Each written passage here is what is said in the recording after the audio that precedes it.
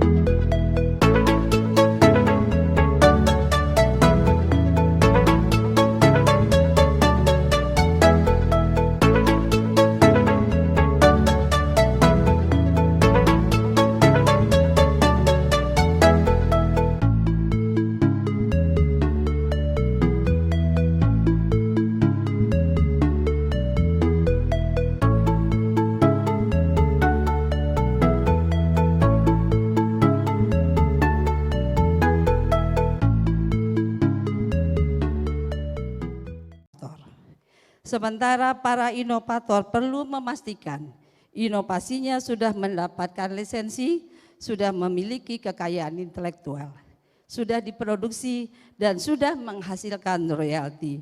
Untuk itu, IPB University dengan bangga memberikan aspirasi dan perhatian dan ketekunan dalam mengembangkan penelitian, invensi, inovasi dan menuju bisnis. Dan inilah para penerimanya. Kategori Inventor Terbaik Dr. Kustiariah.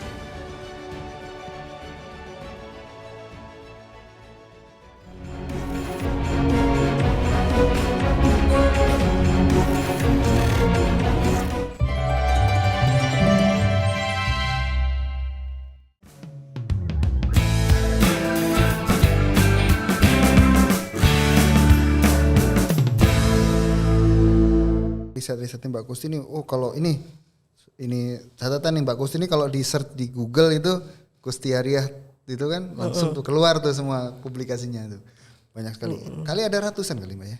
Publikasi belum sampai lah. Itu saya lihat di Google udah banyak tuh mungkin publikasinya. ya. Iya, di Google Scholar itu kayaknya udah puluhan kali kalau nggak ratusan ya. Lupa, belum ngitung sih jadi. Banyak dan kayaknya H-indeksnya juga udah tinggi kalau di Google Scholar ya. Ya masih rata-rata lah, belum tinggi-tinggi juga. Ngomong-ngomong bisa best inventor apa tuh kira-kira? Tipsnya apa nih? Saya sebetulnya nggak ngira ya. Jadi mungkin karena namanya inventor tadi kan, sebetulnya kan ada invensi kan, yang kemudian kita menjadi inventor.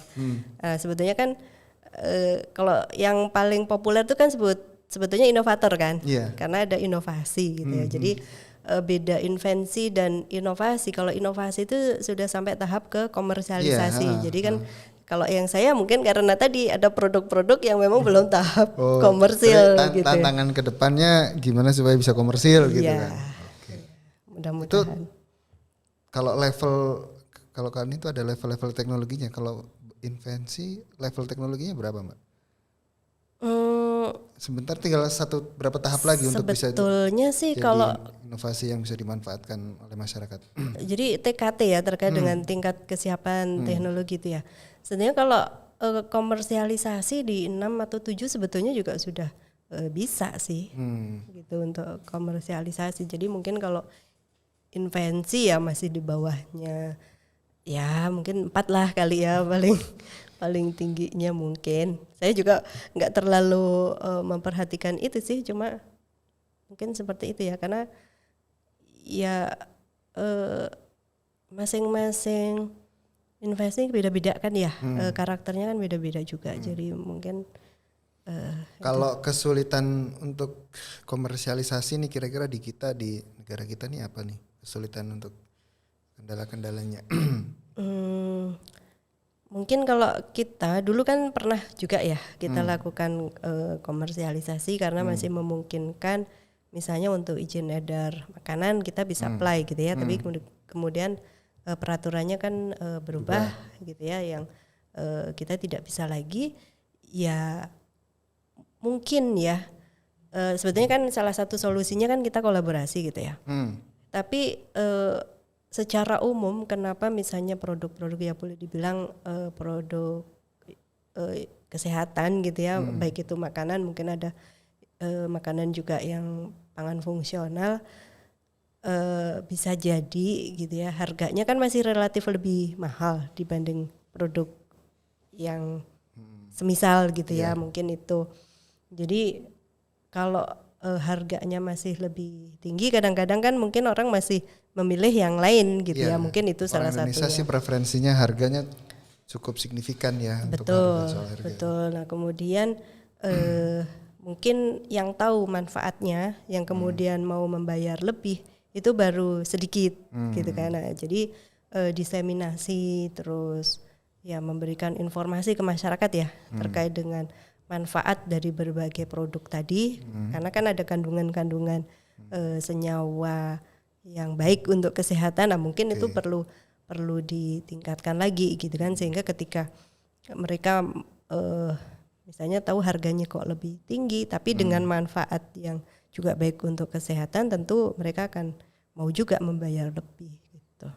Nah di kita kan sebenarnya di Indonesia ini kan banyak ini ya Mbak, apa namanya, kalau soal pangan ya, pangan-pangan lokal yang dari laut yang sebenarnya tradisional dulu ya, mereka manfaatkan atas apa namanya, istilahnya apa ya, kekayaan lokalnya mereka gitu kan. Betul, nah sebenarnya itu kan bisa juga dikembangkan. Gimana Mbak Gusti? Kan banyak nih kita nih. Iya. Nah itu yang salah satu yang menjadi pendekatan kita gitu ya. Yang manfaat tadi ya. Betul. Jadi pertama dari sisi manfaat, kalau secara turun temurun bermanfaat dianggap baik, itu kan artinya sudah proven sebetulnya, walaupun perlu memang justifikasi ilmiah gitu kan. Makanya kemudian ada penelitian-penelitian yang kita lakukan untuk melihat justifikasi ilmiahnya itu gitu kan. Itu yang dari sisi manfaat lah ya. Kemudian yang berikutnya misalnya terkait dengan makanan. Nah kan banyak juga kan makanan tradisional kita gitu kan. Nah itu yang coba kita combine dengan sumber daya hayati laut kita itu, gimana caranya tes lokal food tadi itu yang memang sudah ya boleh dibilang menjadi mereka sehari-hari gitu kan, bisa ya kegemaran masyarakat secara luas gitu ya. Tapi kita istilahnya pengayaan lah ya dengan biota, misalnya contohnya spirulina itu yang salah satu menjadi bahan untuk bukan memperbaiki ya, misalnya meningkatkan lah ya dari sisi gizinya, entah itu proteinnya atau kemudian ditambah dengan senyawa-senyawa yang bisa untuk kesehatan gitu. Nah itu salah satu pendekatannya gitu. Jadi kita memanfaatkan memang local knowledge ya yang sudah ada. Jadi tantangannya ke depan banyak nih. Satu, kita perlu peralatan yang ya paling tidak seimbang lah, ya sama dengan negara-negara lain yang lebih maju. Paling tidak kita mengikuti lah, satu level di bawahnya juga nggak apa-apa gitu kan. Satu tantangannya. Kedua apa lagi tadi, untuk komersialisasi ya, sepertinya perlu banyak kolaborasi, dukungan kolaborasi, terutama khususnya pihak swasta ya. Betul. Swasta masuk ke university untuk bisa kolaborasi, kan kita punya banyak produk yang bisa dikembangkan. Mungkin kalau skala industri kali bisa lebih murah gitu kan. Kalau mereka bisa produksi secara masif, massal, harganya jauh lebih murah. Karena setahu saya kalau spirulina kan memang mahal kan. Betul. Mahal sekali spirulina itu. Untuk banyak kan sih kalau kita dengar misalkan spirulina kok dibikin makanan, padahal kan obat di kapsul gitu kan, orang dengar tahunya kan begitu. Untuk suplemen. Iya, suplemen memang begitu. Nah, sebenarnya bagus untuk apa ya? Untuk peningkatan gizi. Betul. Jadi kalau suplemen atau sebagai herbal itu kan konsumsinya terbatas gitu ya. Dan kadang-kadang persepsinya kan orang kalau herbal atau suplemen itu kan kesannya misalnya ya orang-orang tua lah ya biasanya yang perlu tambahan gitu ya. Padahal kan sebetulnya kita perlu juga kan misalnya dari anak-anak itu misalnya cemilannya itu lebih sehat misalnya, artinya lebih bergizi misalnya. Ya, makanya kemudian kita produksi dalam bentuk makanan gitu. Iya, keren nih sebenarnya kalau dikembangkan jadi apa namanya nanti biskuitnya bayi gitu kan? Iya, salah satunya gitu kan? Bisa berkembang. Oke Mbak Kusti, cukup ya. Alhamdulillah. Mudah-mudahan bisa. Tadi kan requestnya jangan lama-lama, gitu. Deg-degan gitu. Deg-degan. Mudah-mudahan bisa membuka untuk diskusi berikutnya lah ya. Iya. Nanti kita fokus di misalkan kita ngomongin soal spirulina lah fokus gitu kan. Untuk apa sih saya juga spirulina? Ya walaupun saya dulu menemani produk ini dari pertama gitu, cuman kan orang lain belum tentu tahu gitu kan. Betul. Spirulina itu untuk apa, kok dibuat makanan gitu kan. Orang dulu taunya kan tadi kapsul, suplemen gitu kan. Baru dibuat makanan ya. Mungkin masyarakat juga perlu tahu juga gitu kan manfaatnya seperti itu. Nah cukup Mbak Kusti, terima kasih. Sama-sama. Targetnya ke depan biar bisa tercapai. Amin. Cita-citanya bisa tercapai dan bermanfaat lah untuk kita semua ya, Insyaallah, amin. Bangsa dan negara ini, untuk masyarakat, produk-produknya paling tidak harus ada yang memulai untuk mengembangkan produk-produk laut secara ya tidak hanya materi, secara ikan misalkan jadi makan digoreng aja gitu, tapi sebenarnya ikan itu dari saya dengar ada kulitnya, ada minyaknya dan sebagainya kan, kita belum sampai sepanjang itu gitu, perjalanannya masih jauh gitu kan. Semoga Mbak Kusti bisa mengembangkan produk-produk perikanan yang bernilai ekonomi dan bermanfaat lah untuk masyarakat. Oke, Mbak Kusti terima kasih banyak ya. Sama-sama. Sehat selalu. Insyaallah, amin.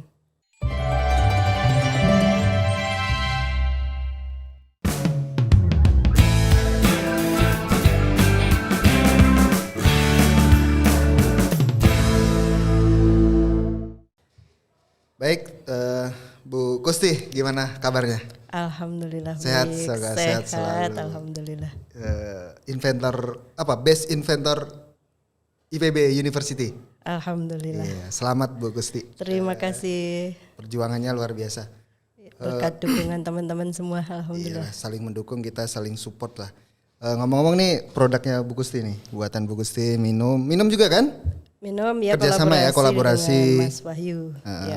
Ini makanan Sisera, ada spirulina, pokoknya spirulina itu Bu Kusti lah.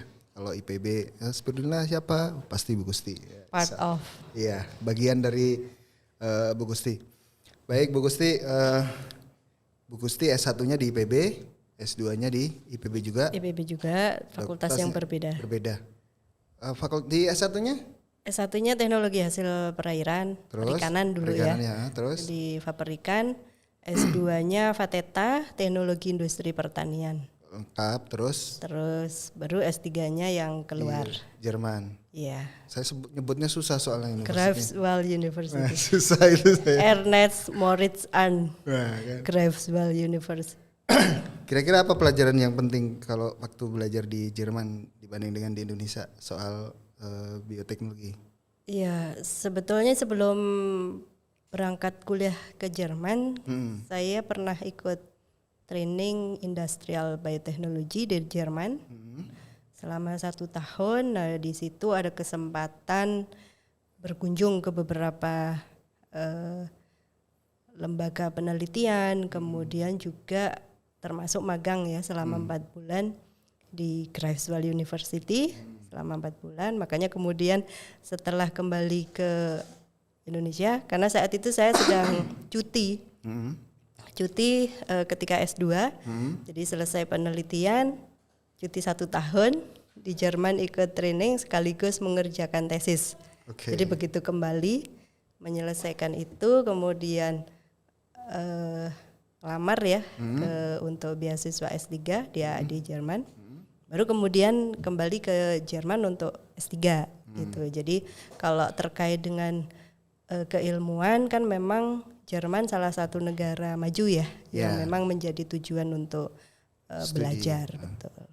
Gitu. Kalau bioteknologi itu sebenarnya apa sih Bu Kusti? Khususnya bioteknologi di kelautan tuh apa sih yang diurusin, apa sih bioteknologi itu? Ya, jadi bioteknologi sendiri itu merupakan gabungan dari berbagai sains ya, berbagai ilmu biologi, terus kimia, termasuk juga di dalamnya molekuler biologi gitu ya, yang biasanya kan kalau ngomongin bioteknologi itu identik misalnya dengan genetik, DNA gitu ya, padahal itu bagian ya. Jadi ada molekuler biologi, kemudian termasuk juga perlu ilmu statistik, ekonomi gitu ya. Jadi aplikasi sebetulnya ilmu applied science yang di situ kemudian kita mendapatkan manfaat dari makhluk hidup atau bio atau organisme lah ya, bisa juga langsung organismenya, misalnya kita memanfaatkan mikroba atau bagiannya, misalnya kan kita mengenal ada stem cell misalnya ya di situ. Jadi sel itu kan juga bagian dari makhluk hidup. Nah kemudian dari pemanfaatan biota tadi dengan aplikasi berbagai macam ilmu dan teknologi, kemudian kita akan menghasilkan produk dan jasa gitu. Jadi tidak hanya produk tetapi juga di dalamnya jasa. Apa itu jasa kira-kira? Jasa contohnya kalau di terkait dengan kelautan ya, misalnya kita ada kasus tumpahan minyak misalnya. Oke. Nah tumpahan minyak itu kan kalau dalam jumlah sedikit mungkin nggak masalah bagi biota, tapi ketika dalam jumlah besar itu bisa menimbulkan kematian massal. Nah salah satu cara untuk menanganinya itu misalnya dengan yang disebut bioremediasi. Apa itu?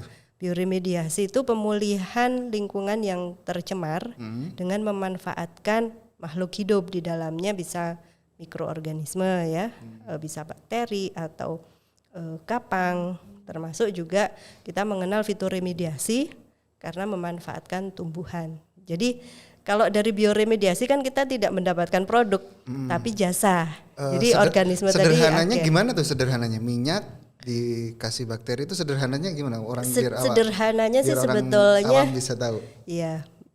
Makhluk hidup itu kan cara makannya beda-beda. Oke. Ya kan kita kan harus dalam bentuk misalnya makan seperti ini ya. Ya, makan siap biasa. Betul. Nah, bakteri itu makanannya ya termasuk bahan-bahan misalnya minyak tadi gitu. Jadi sebetulnya minyak tadi itu adalah dimakan oleh minyak sehingga dia terurai. Sehingga yang tadinya misalnya dia menutupi perairan laut sehingga oksigen terus termasuk sinar matahari tidak bisa masuk ke dalam. Makanya kemudian biota mati misalnya kekurangan oksigen. Nah, itu bisa terurai gitu. Yang saya tahu sih sampah pakai maggot itu sama prinsipnya seperti itu juga. Ya mirip-mirip ya. Ya sama lah, maggot kan juga sebagai pengurai ya, bagian dari pengurai, betul.